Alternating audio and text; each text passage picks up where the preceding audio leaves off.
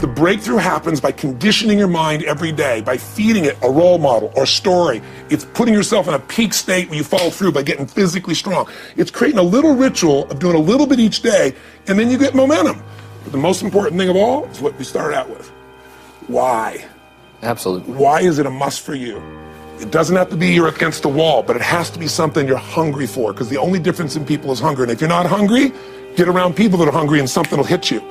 You watch a conversation, you get around people that are doing better, and all of a sudden you start going, my life sucks. I remember I went to a guy in LA. He's one of the most multi-billionaire guy, I'll never forget. And I lived in the Del Mar Castle, and I was really proud. That was like the symbol of me having taken myself from being poor to providing for my family this great place. It's built from castles in Europe overlooking the ocean, not far from you. And I went to this guy's house. He's a billionaire. He took me down to his wine cellar. I don't even drink wine.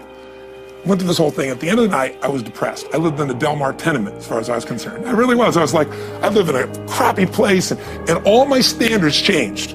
All of a sudden, I wasn't willing to settle for living that. All of a sudden, my back was to the wall in a different way, because as a man, I knew I was capable of more. So people can change their standard by getting around where it's better. People can change their standard by getting associated with what's true, like the bills they got to solve, the problems they got to do it. Or they can do it because they're excited, because it's something new they want to take on. Everyone's different, but they got to find the why, and they got to come up with some daily rituals to get them going, and just do a step at a time. That's where you get momentum. You think about the first thing that determines whether you can do something or not, and I put that in this first box at the top here on the left side. It's potential. Like, what's the potential of a human being? Like, when you guys started, you proved something no one had done in history. You ran the 4-minute mile, right? For golly knows how many centuries, they're trying to run a 4-minute mile. Roger Bannister does it. How did he do it? Do you remember? You did it in this industry, right? You made $1 million in a day. No one had ever done that in history, right? After you did it, a bunch of other guys are doing it because it became possible. Roger Bannister didn't just go physically practice. He made a shift in his head. He practiced in his head because he could never achieve it physically, so he had to change it in his head first so that the result became certain enough he believed it, and then his body got him through. After Roger Bannister ran that 4-minute mile, within 2 years, 37 people ran a 4-minute mile. When no one in history had ever done it. Now here's how it works. The potential for anybody getting your product is extraordinary. They can do what you've done as much, more or less. They can do whatever they want to do. The potential's there. The market's proven that. Whether or not they tap into potential has a lot to do with what action they take, which is the question you came to me with, right? Like, you know, God, they all have potential, but they're not taking action. And we all know that the action they take is going to determine the results they get. That's pretty obvious. So most people have a belief about what their real potential is no matter what you tell them. And that affects how much action they take. And of course that affects the result. And then ironically, that result reinforces their belief. And then that belief affects it. So I'll give you an example. Let's say a person has unlimited potential, we all agree.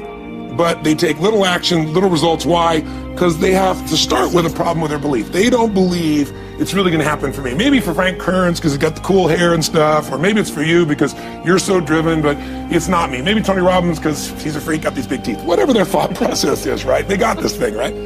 But what happens is, if you believe that there's very little potential, how much action are you going to take? Nothing, little. And when you take little potential with a little action, what kind of results do you get? Lousy little results. And when you get little results, what does that do to your belief? You go, see, I told you this was a waste of time, told you this wouldn't work. And then what happens? You tap even less potential, you take even less action, you get even worse results, and your belief gets even weaker. And this sucker feeds on itself until you are in a downward spiral. It's poisonous. It's poisonous and it's self-fulfilling. Now, what if something could happen that could come along and fill you with a sense of absolute certainty? Not like I believe, but mean where you know. In you guys' case, mine as well, we knew because we had to. Because we burned the boats. There was no other option. We had to find a way. We weren't going to live that way. We all did it in different ways and for different reasons, but in essence, that was it. If you get yourself in a state of certainty that this is going to work, I'm going to find the way, and if this doesn't work, I will make the way, then you tap a lot more potential. And when you're certain in your potential, you take massive action. When you take massive action, you really believe in something, you get great results. When you get great results, your brain goes, see, I told you I was a stud. I told you this thing would work out. Now you're even stronger. You tap more potential, take greater action, greater results. That's how you went from $300 in a week to 2,500 in 5 days to 100,000 in a month to $1 million in a day. Same thing with you. And we get momentum. That's why the rich get richer and the poor get poorer. Now some people go out and they go, well, I'm going to take a bunch of action. All right, I'm going to open this product. I'm going to try it. And they'll say to you, I even did it. But it's like a salesman who goes and knocks on the door, and he knocks on 100 doors and says, "You don't want one of these, do you?" Yeah, exactly right. You know? And even if he doesn't say it verbally, his face says it because he doesn't believe it's going to work. So his voice, his body, the execution is so weak. Maybe if he talks to 100 people, somebody's going to buy out of pity. They don't want his kids to starve, right? But he's not going to get the result. So the core difference in people is, how do you produce certainty when the world isn't giving it to you? You go out and you try, in your case, you're 100,000 in debt and nothing's working. How do you keep yourself going? The way you did it, the way I did it, the way you're doing it, we may not have done it consciously, is we didn't change our potential. That was there. And it wasn't even taking more action. Taking more action with a belief it's not going to work, it's not going to change anything. We got results in our head that made us feel certain as if it had already happened. At a time when people are going to work and don't know whether or not they will have a job when they get off, and not necessarily because of their performance, but because of what's happening in the economy. At a time when there are challenges, more so than ever before, in personal relationships. When we look at what's happening on the crime level and what's happening with our youth, that many times I'm sure that we've all taken time just to stop and reflect. Many times when we hear what's happening in the news or read the newspapers, where's all of this leading to? What's going on here? And so I think that now more than ever, we must begin to look at what are the things that we can do that would put us on some firm footing in life, that will enable us to do some things and use some powers that we have, that many of us go through life never ever discovering that we have those things going for us. And part of that, I believe, is knowing what it is your life worth. What is it that gives your life a sense of meaning and purpose? Because once you find that, it puts you in your power place. See, if you know what your life work is, I encourage you to start working on it. If you can't do it all at one time, do just a little bit of it. And if you don't know what it is that you showed up to do, if you don't know why you're here, I encourage you to find out what your purpose is here. What is the meaning of your life? What will be different? Have you ever asked yourself that question? I've done that. I remember coming from a friend of mine's funeral, and I was reflecting on how much time I had left. And I went for a walk in a park thinking about this guy whose life was so promising. And I mean, he wasn't an old guy. He was quite young, in fact. And I thought about all of the things that he said he was going to do, and he never got a chance to do those things. And I started thinking about my own life and how much time I had left to do the things that I would like to do. And at that time, I wasn't sure what my life purpose was, what my life's work was. I wasn't sure about it at that time. And I thought about it quite a lot. I had some idea, but I wasn't convinced, and I don't think I felt worthy. I didn't believe that it could be me to do this kind of work that I'm doing right now. And I say to you that if you begin to take a conscious effort to find out what it is that you're supposed to do, I say that it can literally save your life. I said that it can literally save your life. I was telling a group of people of a study that was conducted. Dr. Larry Darcy, who wrote a book called Recovering the Soul, he said human beings are the only living species that has achieved the dubious distinction of dying or having a stroke or a heart attack on a certain day. If you ask most people, what would you say the primary cause of why people will have a heart attack or stroke? Many people will say, well, because they smoke cigarettes, or because of high cholesterol, or because of stress, or because of obesity, and all of those things are contributing factors. But ladies and gentlemen, more heart attacks take place in this country on Monday morning between 8 and 9 a.m. That's when the majority of people who have their first heart attacks have them. 85% of the American public, according to recent studies, are going to jobs that they hate, working on jobs that do not challenge them. They get sick thinking about going. Migraine headaches after the Sunday afternoon football game or 60 Minutes, the anxiety began to build. And come Monday morning, they drop dead of a broken heart. Some of you ought to think about not going to work on Monday.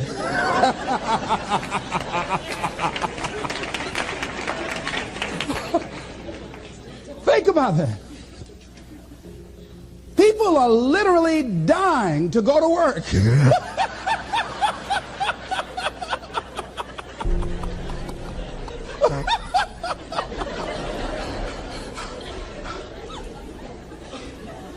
Because, see, when you go to a job and you already know how far you can go, you can already see that proverbial glass ceiling. It's like going to a movie when you've gone in the middle of the movie and you've seen the end and you sit there to start all over again, but something is missing. You know what the outcome is going to be. You can't get excited about going through that movie all over again. Am I correct? See, when you're going someplace and you already know how much you're going to make, you already know how far you can go, you're in a dead-end position. It erodes your self-esteem. It lowers your sense of yourself. It creates an inner turmoil. It creates an emptiness in you. So I say that your life is worth finding what it is that you're supposed to do. And I'm not saying quit your job. I'm saying find it and do just a little bit of it. When I wanted to become involved in speaking, I started just learning quotes, listening to other people's tapes, going to seminars, going to workshops, asking other people to help me. Just start working at it just a little bit, but do find out what your work is and hold on to it and don't let your dream go. Don't let it go. See, and here's something else I want you to begin to look at. Why is it that most people don't pursue their dreams or don't do better than what they're doing if they're capable of doing it? I think that many of us don't go the next step because we don't know what to do yet. And I say that the reason that we don't even explore the possibility of what to do is because subconsciously we don't believe that it can happen for us and we don't believe that we deserve it. So here's what I'm suggesting. How much time do you spend working on you? How much time do you spend every day working on your dream? In the last 90 days, how many books have you read? In the last year, what new skill or knowledge have you acquired? What kind of investment have you made in you? So I'm saying that as you begin to look at where you want to go, if you want to make it today, and things are changing so fast you have to literally run to stand still, I'm saying that you've got to make some conscious effort to begin to work to develop you. Here's something else. Most people are not living their dreams because of fear, ladies and gentlemen. I was in Columbus, Ohio yesterday speaking for a particular Ohio department. A young lady named Karen who greeted me, who organized the event. Very talented, very skillful. And she was talking about she wanted to become involved in the consulting business. I said, why aren't you doing it? I said, you have the abilities. I said, you're not here because they like you. You're here because you're doing the job. You're making things happen. And she came up with all kind of ideas, but finally she said, I guess I can't see myself doing it. I guess I'm afraid. Fear, limited vision, and lack of self-esteem is what keep most people doing things they don't want to do. I flew from Columbus, Ohio to Denver, Colorado to a major communications company, and the person that picked me up at the airport told me about the fact that the company was planning on having a major downsizing, and they offered some of the employees there an early retirement, and some of them will earn as much as $300,000. And they said, this is the last time that you can take this offer.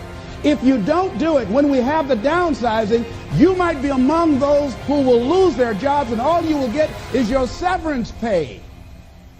And only 50% of the people who were eligible to take the $300,000 took it. The others were afraid to take a chance on themselves. The others couldn't see themselves beyond that company. They couldn't see life after that company. The same reason that people stay in relationships where they're abused or they're unhappy or it's unfulfilling. They can't see themselves beyond that relationship. They can't see themselves enjoying life without that person. They think that this is all that they can do. The same reason that people get stuck at a certain level in life. They can't see things being better for them. And they think that this is it and this is all they deserve. This is all they've ever seen. It's been passed on to them. And they think that this is it for them. Oh, no. I was looking what Dr. Blanton, Smiley Blanton, who is a colleague of Dr. Norman Vincent Peale, what he said about fear. He said, fear is the most subtle and destructive of all human diseases. Ladies and gentlemen, fear kills dreams. Fear kills hope. Fear put people in the hospital. Fear can age you. Fear, ladies and gentlemen, can hold you back from doing something that you know within yourself that you're capable of doing, but it will paralyze you. And it seemed like you're in a hypnotic spell. And I ask you a question, what is the benefit? What's the benefit of allowing fear to hold you back? What's the benefit of giving up on yourself, of not stepping out on life and taking life on? What is the benefit for you? What's the plus in that? It's one of the things I had to ask myself. So I didn't want to make any mistakes. I wanted everybody to like me. I wanted to be perfect the first time I did something. It's not going to happen. You're going to make some mistakes. You're going to hurt some folks' feelings. You're going to create some enemies whenever you decide that you want to begin to take life on. You've got to ask yourself, how long am I going to allow this to hold me back? I like what Zig Ziglar says. He said, fear is false evidence appearing real. That is an illusion that we create in our mind. It is a state of mind that can be changed. So let's look at how we can begin to take some steps to restructure that fear, to begin to expand our visions of ourselves, to begin to increase our self-esteem. Webster said that self-esteem means confidence and satisfaction in oneself. Look at your life right now. Whatever you've done up to this point in time, your life is working. Whatever you have produced, it came out of you as a result of the kind of person that you have become. It's a result of your choices. It's a result of your consciousness. Now you have to ask yourself, are you satisfied with what you have produced? Is this what you want? Would you like for things to be better than this? Do you believe that you deserve better than this? Or are you content? This is it. You don't have to do anything else. That you'll already resign yourself in life and say, well, I'm happy. I'm not starving like the people in Calcutta. Are you allowing yourself to get off the hook like that? Or do you believe somewhere in the back of your mind or in your heart that there's some other great work for you to do? There's something else that life has for you. And that's why you're here. How do we handle this fear factor? How do we increase our self-esteem? You have to begin to fortify yourself. How do we do that? I believe that you have to begin to consciously monitor your inner conversation and start talking to yourself. Start building yourself up. Sometimes the only good things you will hear about you are the things that you say to you.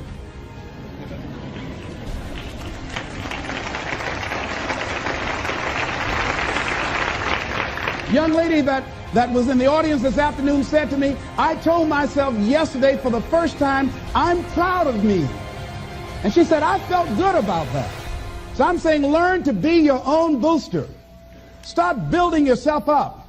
Start encouraging yourself. Start saying, I can do this. I can make this happen. When I started thinking about becoming a speaker, I said, yes, I can do this. I can make this happen. When I start trying to convince myself I can be a businessman after flopping and failing and losing thousands of dollars and feeling stupid and dumb and having people take advantage of me because of what I didn't know. I had to talk to myself because people were saying to me that I was dumb. And somewhere in the back of my mind, I was saying, you're right. Look at what I've done. I had to say, no, Les. Hey, come on, man. Get yourself together. You can handle this. You just haven't figured it out yet. It's all right. This is your training period. This is the tuition you have to pay for what you don't know. You can do this. Other people have done it. It doesn't take an Einstein. Get you some people that can teach you some stuff that you don't know. Get you some people that have done it successfully and learn from them. Take some seminars, workshops, read some books on how to manage a business. Change the way you see yourself and begin to tend to the personal details. Understand that nobody's going to take care of your business better than you. And when I start changing that kind of mindset of beating myself up because of my mistakes and start looking at the possibility of my doing better, of my making the adjustment that would enable me to do what I want to do successfully, things begin to change. And I'm saying, stop beating up on yourself. You do it. I know you do it. I've done it. It's a natural inclination for us to put ourselves down. See, we are born negative, I think, in a negative consciousness because we live in a negative world. So you don't have to teach children to lie. They'll lie automatically. Did you wet in your pants? No, I did not. Well, what is that? I don't know. You don't have to encourage kids to misbehave. They will do it by themselves. You don't have to encourage them to do the wrong thing. They will do it automatically. You have to correct their behavior. So I'm saying that we have to work through the challenges of life in learning how to begin to work to fortify ourselves. Repeat after me, please. I can live my dream. I can find my purpose in life. And live my purpose. I deserve more from myself. I deserve more from life. Shake somebody's hand on your right and left and say, you deserve more from life too.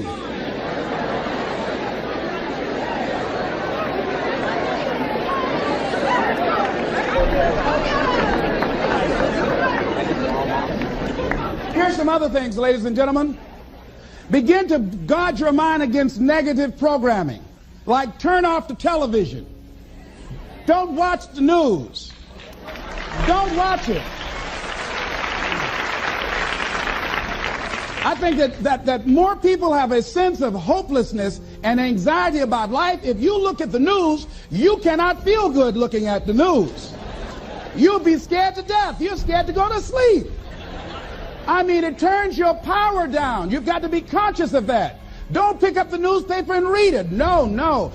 Just try this. Just experiment with yourself.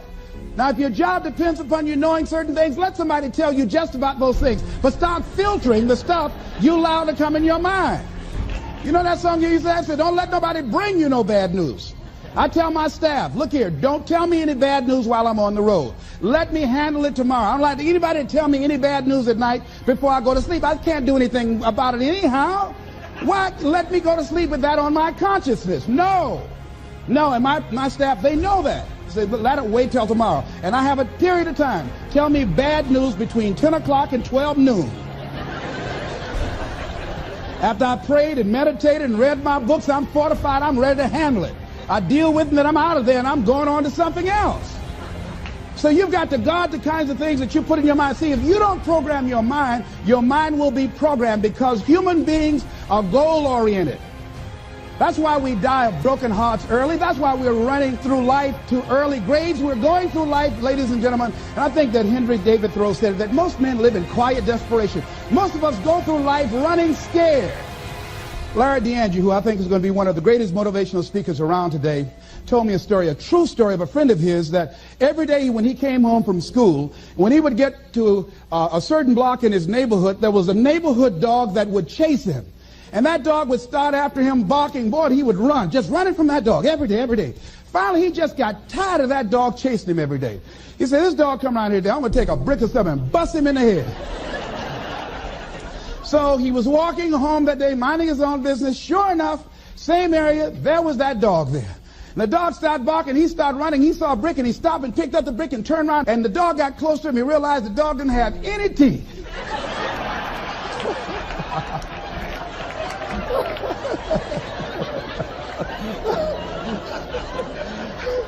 He said he put the brick down and said, get on out my way.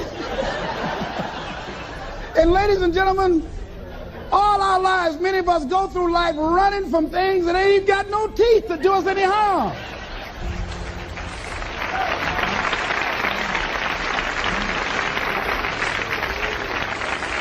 Haven't you been afraid to do something and then after you did it, you say, whoa, if I'd known it was this easy, I would have done it before. Haven't you ever had that experience? Raise your hand. Absolutely.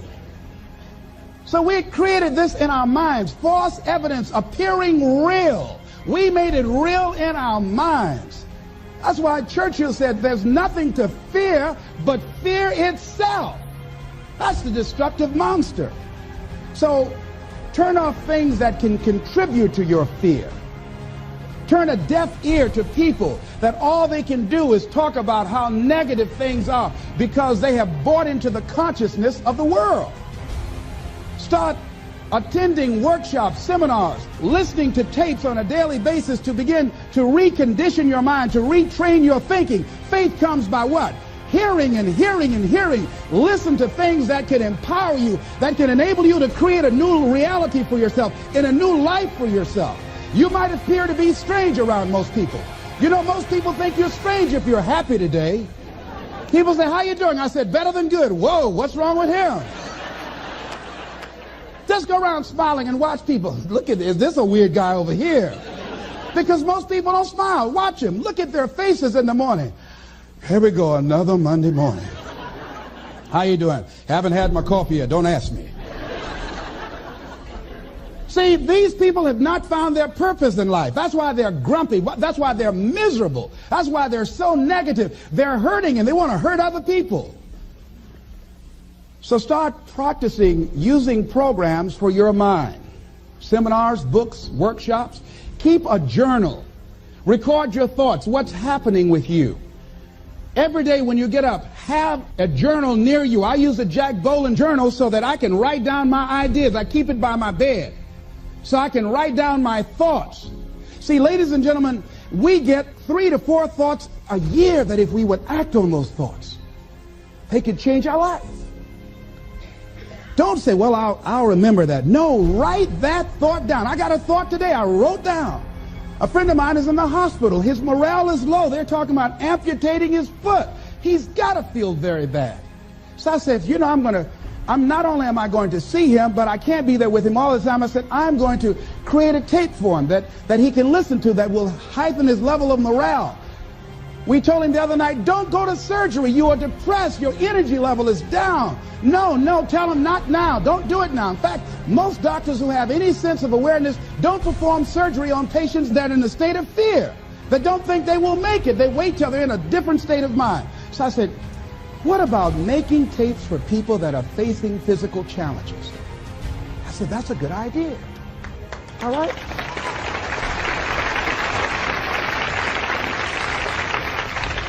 See, there are ideas that can come to you out of things that appear to be negative. I have a friend out of Chicago, just met him. He was 23 years old. And this guy, he went financially bankrupt 2 years ago, ruined his credit. Guess what he decided to do? He found a blessing in it. He wanted to restore his credit. It was very challenging, very difficult. And he realized that a lot of other people during these particular times have ruined their credit. So now he started a credit repair business. Last year he earned over $100,000 helping people to restore their credit. I met a young lady who attends this church, that she was at her father's funeral and she was putting flowers on her father's grave, and she looked around and saw the other grave sites. They did not look well groomed and they were not attended to on a regular basis. She started a grave site maintenance business. Out of that tragedy, something positive has come out of it. And now she's earning more money doing that than on her present job. What idea are you sitting on? Write your ideas down.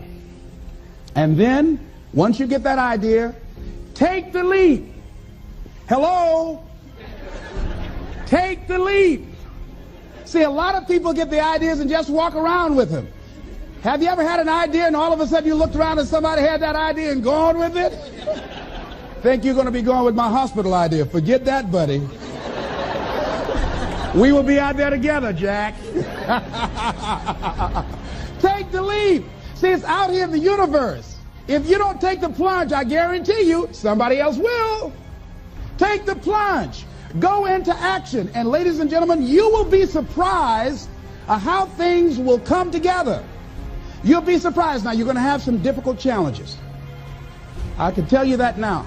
Be aware of that. Things are not going to work out exactly right. For a time they will, sometimes.